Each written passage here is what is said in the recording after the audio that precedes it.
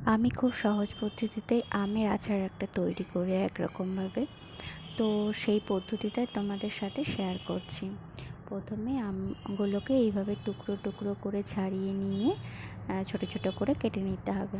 তারপরে একটা পাত্রে জল দিয়ে আমের টুকরোগুলো দিয়ে দিতে হবে। তার মধ্যে দিয়ে দিতে হবে হলুদ গুঁড়ো আর সামান্য লবণ।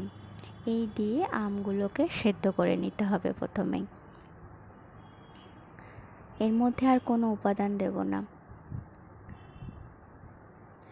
এইভাবে যখন সেদ্ধ হয়ে যাবে, এই যে জাস্ট এই পর্যায়ে, মানে আমগুলো ভেঙে যাবে না, গোটাই থাকবে কিন্তু সেদ্ধও হয়ে যাবে। তো এই পর্যায়ে গ্যাসটাকে অফ করে দেব। এবার এটাকে হালকা সমস্ত জল ফেলে দিয়ে হালকা ঠান্ডা হতে দেবো। হালকা ঠান্ডা হওয়ার পর, মানে একটু হালকা গরমও থাকবে, একটু ঠান্ডাও হবে সামান্য।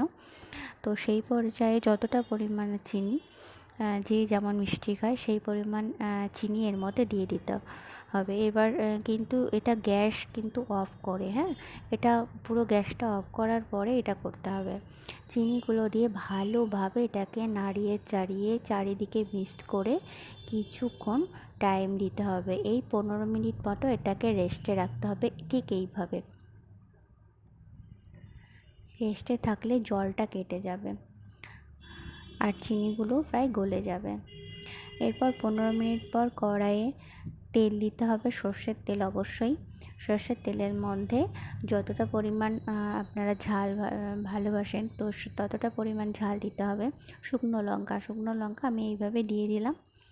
এটাকে সামান্য ভেজে নেব, একটু লাল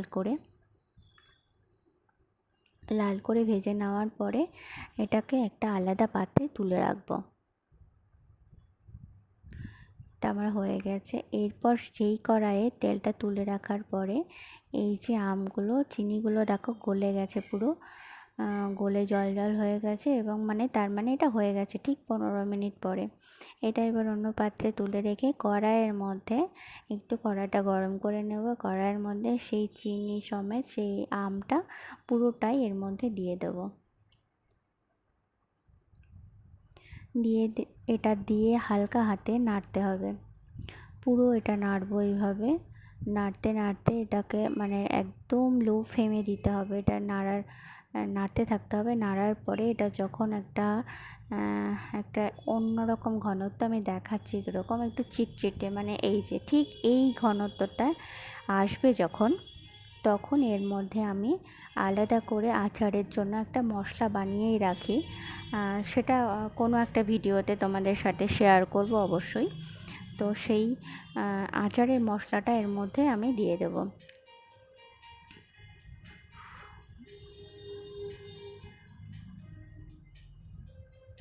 মশলাটা দেওয়ার পরে আরও কিছুক্ষণ নাড়ব। এই যে মশলাটা তৈরি করে রেখেছিলাম এইটা, তো মশলাটা দেওয়ার পরে আমি আরও কিছুক্ষণ নাড়ব। নাড়ার পরে সেই যে লঙ্কা আর সর্ষের তেলটা করে রেখেছিলাম, সেইটা এর মধ্যে দিয়ে ভালো করে মিশিয়ে নিতে হবে। মিশিয়ে নিয়ে ঠান্ডা হলেই ব্যাস হয়ে গেল আমার আচার, খুব সহজ পদ্ধতিতে।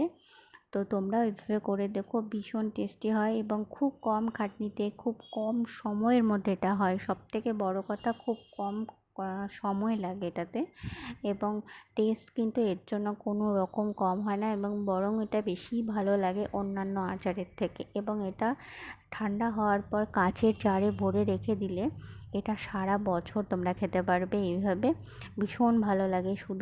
শুধুই খেতে পারবে, ডালের পাতে খেতে পারো, যখন আচার যেভাবে খেতে চাও সেভাবেই খেতে পারবে, এবং ভীষণ ভালো। একবার হলেও তোমরা বানিয়ে এটা দেখো। আর আজকের মতো এইটুকুই। আরও অন্য পরবর্তী ভিডিও নিয়ে আবার আসবো।